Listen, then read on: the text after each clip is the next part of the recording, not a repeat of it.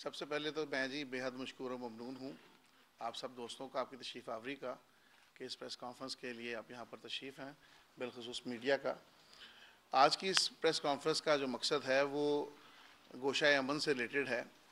आपको पता है कि कुछ दिनों से गोशाए अमन के हवाले से जो डिमोलिशमेंट हुई है उसके हवाले से यहाँ पर प्रोटेस्ट लॉन्च किया गया और क्रिश्चियन कम्युनिटी के और बिलखसूस हमारे जो कैथलिक डायसिस है उसकी तरफ से एक प्रोटेस्ट जो है वो मंजर आम पर आया। ये सिटी डिस्ट्रिक्ट गवर्नमेंट की तरफ से एक मुहिम का आगाज़ था कि जैसी अमलाक जो यहाँ पे जिनका कोई वालीवास नहीं या जो इलीगल थी प्रॉपर्टीज़ थी उन पर वो सिटी डिस्ट्रिक्ट गवर्नमेंट की तरफ से उन अमलाक पर जो था वो गवर्नमेंट पोजेशन जो था उसको बरकरार करना और वागुज़ार करवाने के हवाले से था।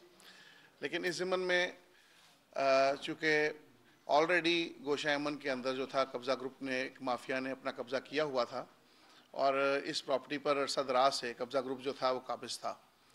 इस ज़िमन में कैथलिक डायसिस के मुख्तलिफ़ औकात में हमारे साथ राब्ते भी हुए, फादर्स हज़रात और बिशप हज़रात के साथ हमारी मुलाकातें भी हुई और इस ज़िमन में हमने उनको चर्च को अपनी भरपूर ताउन का यकीन भी दिलाया।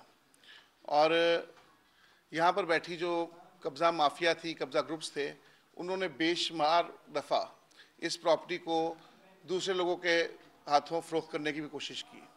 तो मैं समझता हूँ कि जहाँ पर एक कानून मौजूद है कि कोई भी चर्च प्रॉपर्टी जो है वो ना तो बिक सकती है, ना सेल हो सकती है, ना उसे ट्रांसफ़र किया जा सकता है, ना पट्टा या लीज पर दिया जा सकता है और ना ही टेनेंसी एक्ट के तहत किसी टेनेंट को दिया जा सकता है, हत्ता कि किराएदार भी नहीं रखा जा सकता।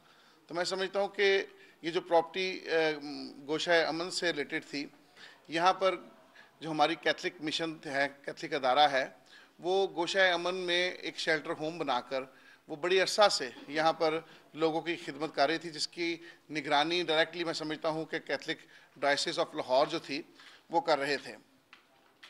और मैं यहाँ पर ये कहना चाहता हूँ कि हमारे जो मिशनरी अदारे हैं उनकी खिदमात को हम फरामोश कभी भी नहीं कर सकते।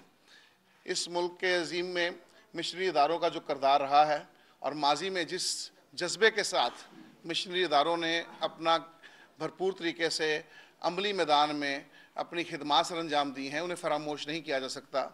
और मैं समझता हूँ कि आज भी चंद अनासर ने चर्च और हुकूमत के दरमियान जो है वो बिगाड़ डालने की कोशिश की है।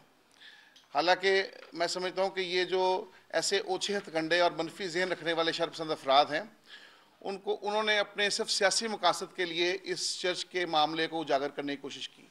हालांकि हमेशा हुकूमत की जो अवलीन तरजीहात रही हैं कि वो चर्च को साथ लेके चले और चर्च की राय को मुकद्दम जाने। हमने हमेशा चर्च से सबसे पहले पूछा है कि चर्च के क्या मसले मसाइल हैं। तो मैं समझता हूँ कि वो शर्पसंद अनासर जिन्होंने अपनी सियासी दुकानदारी चमकाने के लिए इस इशू को सियासी रंग देने की कोशिश की है, आज हम उन्हें कंडेम्ड करते हैं और उन्हें ये बात बावर करवा देना चाहते हैं कि हुकूमत और चर्च के दरमियान कोई शख्स बिगाड़ नहीं डाल सकता। और हम हर वक्त इस बात का तहिया किए हुए हैं कि चर्च को हमने साथ लेके चलना है और चर्च की अपलिफ्टिंग, इसकी डेवलपमेंट और इसको मजबूत करने में हम हमेशा अब सफ़े अव्वल में खड़े आपको पाए जाएंगे। तो मैं समझता हूँ कि वज़ीर आला पंजाब खादिम आला पंजाब मियाँ शहबाज शरीफ साहब ने बर वक्त इकदाम करते हुए इस साजिशी ग्रुप को जो है इसका इस्तीफाश दी और इनकी जो तरजीहात थी कि ये तसादुब पैदा हो और माशरे में एक बिगाड़ पैदा हो और एक बेचैनी की लहर जो पूरी मसीही कौम में दौड़ी है, मैं समझता हूँ कि ये उसका ज़िम्मा जो है ये इस ग्रुप पे आता है जो कब्ज़ा ग्रुप है, माफिया है। ये पहले तो ख़ुद कब्ज़ा के इरादे से सियासी इमलाक का घेराव करते हैं, लेकिन जब हमारी वॉच कमेटी में इन लोगों के नाम आते हैं, जब हम इन लोगों का मुहासबा करते हैं, फिर ये ऐसे बन जाते हैं कि मुंह में राम और बगल में छुरी वाली बात हो जाती है। राम राम भी करते हैं और बगल में छुरी भी रखते हैं। तो ऐसे लोगों का हम मुहासबा करेंगे, इन्हें कैफे किरदार तक पहुँचाएँगे।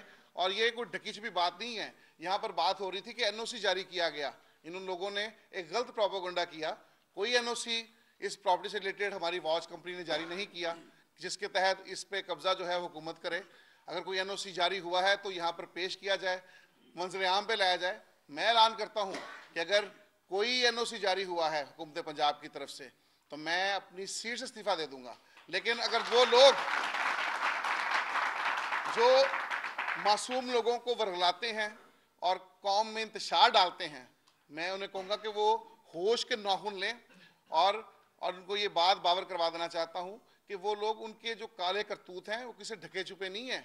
ये काली भेड़ें जो सड़कों पे आपको नजर आती हैं, ये किसी से ढकी छुपी नहीं है। हमारी पूरी कौम जानती है इन लोगों को, और मैं समझता हूँ कि उन लोगों का मुहासबा करने का वक्त भी आ गया है। और जो उनके खिलाफ जो दरखास्तें, जो एलिगेशंस प्रॉपर्टी बेचने के हवाले से वॉच कमेटी के पास है, पंजाब वॉच कमेटी के पास, हम बिल्कुल एक्शन लेंगे और उनको कैफरे करदार तक पहुंचाएंगे, उनका किला कमा करेंगे।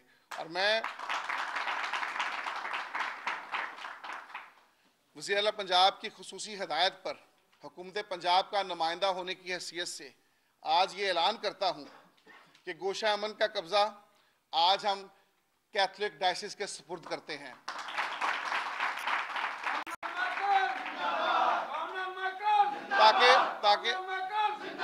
ताकि माजी की रवायात को बरकरार रखते हुए मिशनरी जज्बे के तहत वो यहाँ पर ना सिर्फ बच्चे बच्चियों के लिए स्कूल का आगाज़ करें, बल्कि यहाँ पर ओल्ड होम्स का भी तामीर नौ को, वो जो असर नौ है, मैं समझता हूँ वहाँ पे उसे यकीनी बनाएं।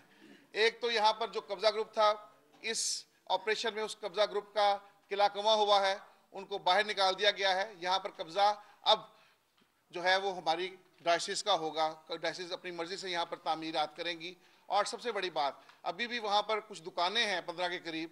डायसिस, जिस दिन हम डायसिस को जब कब्ज़ा हैंडओवर करेंगे, उन दुकानों को भी हम बिल्कुल जो है वो डिमोलिश करके एक प्लॉट, पूरा मुकम्मल प्लॉट उनको देंगे। और इसमें मैं समझता हूँ कि वज़ीर आला पंजाब, खादिम पंजाब ने एक खसूसी, मैं समझता हूँ, इंटरेस्ट लेते हुए उन्होंने कहा कि इस प्रॉपर्टी जो गोशा अमन से रिलेटेड प्रॉपर्टी है, इसके साथ रिलेटेड जो 2.5 कनाल की अराजी पंजाब हुकूमत की है, वो भी हम डायसिस ऑफ जो हमारी ये कैथलिक डायसिस है, उनको अलॉट करने का ऐलान करते हैं।